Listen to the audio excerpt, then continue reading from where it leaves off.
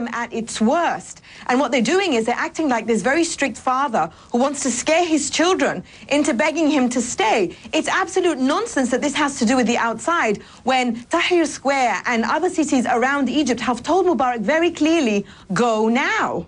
Can the Vice President, Fouad Omar Suleiman, can he lead an orderly transition towards elections, assuming Mubarak steps down?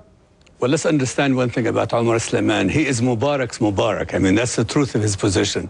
But he may just give everyone a fig leaf that if this protest, if this big upheaval in Egypt has become about Mubarak, so in part it's about Mubarak, but it's also about the regime that has spawned the likes of Mubarak, emergency decrees, corruption, tyranny, torture, etc.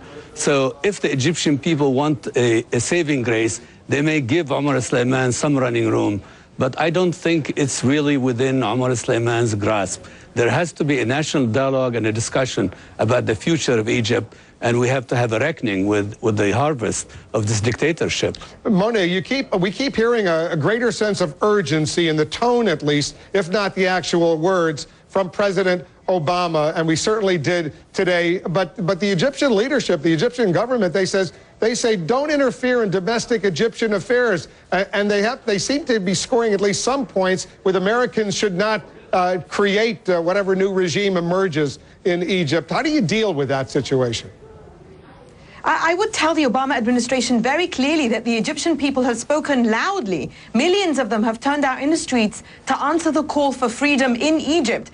And the Mubarak regime is just buying time. You know, if the Mubarak regime was serious about this peaceful transfer of power, they would, for example, release a young man called Wael Ghunaim, who is Google's Middle East and North Africa man, a geek, a tech guy, who they arrested, they've had in custody now for days, and hopefully they're not torturing the hell out of him. But he offers no concessions whatsoever. Instead, the Mubarak regime is trying to frighten the Egyptian public, is trying to divide it when it knows its time is up. The international community should cut aid to the Mubarak regime and freeze Mubarak's assets until he finally answers his people's call and leaves. Very quickly, Fouad, should the U.S. government right now completely sever military aid to Egypt?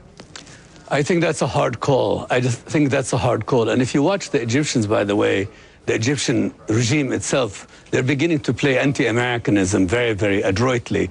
The Prime Minister of Egypt just recently said a country that's 200 years old can't tell a country that's 7,000 years old what to do and how to order its life. I leave it to you to guess what country is 200 years old and what country is 7,000 years old. Yeah, I think we can all figure that one out. Exactly. All right, I want both of you to stand by. We have much more to talk about. Stand by for that. One of Egypt's top opposition figures is speaking to CNN. Does the Nobel laureate Mohamed El-Baradei really want to run for president of Egypt?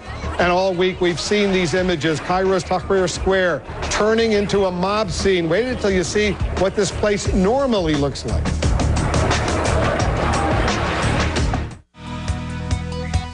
Business in Malapolska.